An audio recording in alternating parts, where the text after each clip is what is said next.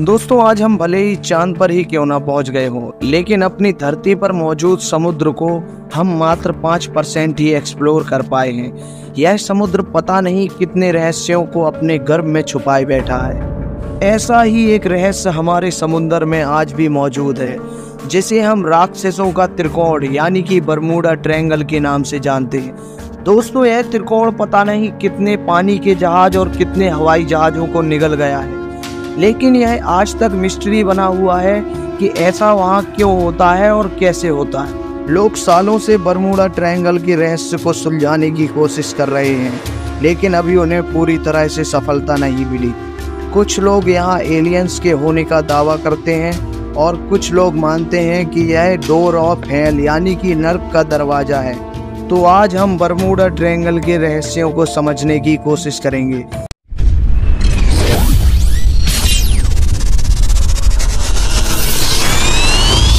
स्वागत है आप सभी का हमारे YouTube चैनल संपूर्ण इतिहास में, और मैं हूं आपका दोस्त साहिल बुंदेलखंड से। बरमूडा ट्रायंगल उत्तरी अमेरिका महासागर का एक क्षेत्र है। मोटे तौर पर जो संयुक्त राज्य अमेरिका के दक्षिण पूर्वी तट, बरमूडा और ग्रेटर एंटिलीज, क्यूबा, हिस्पानियोला, जमाइका और प्यूर्टो रिको के द्वीपों से घिरा हुआ है। बरमूडा ट्रायंगल की सटीक सीमाओं पर सार्वभौमिक सहमति नहीं है। कुल क्षेत्रफल का अनुमान 5 लाख और 15 लाख 10,000 वर्ग मील यानी कि 13 लाख और 3,90,000 वर्ग किलोमीटर के बीच है। सभी अनुमानों के अनुसार इस क्षेत्र का आकार अस्पष्ट रूप से त्रिभुजाकार है। बरमूडा ट्रायंगल किसी भी विश्व मानचित्र पर नहीं दिखाई देता है और भौगोलिक नाम पर अमेरिकी बोर्ड बरमूडा ट्रायंगल को अटलांटिक महासागर के एक आधिकारिक क्षेत्र के रूप में मान्यता नहीं देता है। हालांकि इस क्षेत्र में अस्पष्टीकृत घटनाओं की रिपोर्ट 19वीं सदी के मध्य से ही मिलती है, लेकिन बरमूडा ट्रायंगल वाक्यांश 1964 तक प्रयोग में नहीं आया। यह वाक्यांश पहली बार विंसेंट गॉडिस द्वारा एक पल्प पत्रिका लेख में छपा था, जिसने इस वाक्यांश का उपयोग एक त्रिकोणीय क्षेत्र का वर्णन करने के लिए किया था, जिसने बिना किसी निशान के सैकड़ों जहाज़ों और विमानों को नष्ट कर दिया है। अपनी प्रतिष्ठा के बावजूद बरमूडा ट्रायंगल में जानवरों के गायब होने की घटनाएं बहुत ज़्यादा नहीं होती हैं। इस क्षेत्र में कम से कम 2 घटनाएं अमेरिकी सैन्य विमानों से जुड़ी थीं। मार्च 1918 में ब्राज़ील से मैरीलैंड के बाल्टीमोर जा रहा Collier USS cyclops Bermuda triangle के अंदर गायब हो गया। इसके गायब होने का कोई स्पष्टीकरण नहीं दिया गया और इसका कोई मलबा तक नहीं मिला। लगभग 27 साल बाद अमेरिकी लेफ्टिनेंट चार्ल्स कैरोल टेलर के नेतृत्व में बम वर्षकों का एक स्क्वाड्रन, सामूहिक रूप से फ्लाइट 19 के रूप में जाना जाता है, बरमूडा ट्रायंगल के ऊपर हवाई क्षेत्र में गायब हो गया। साइक्लोप्स घटना की तरह ही इसका भी कोई स्पष्टीकरण नहीं दिया गया और इसका भी कोई मलबा नहीं मिला। चार्ल्स बर्लिट्ज ने अपने सबसे ज़्यादा बिकने वाली किताब द बरमूडा ट्रायंगल 1974 में बरमूडा ट्रायंगल की किंवदंती को लोकप्रिय बनाया।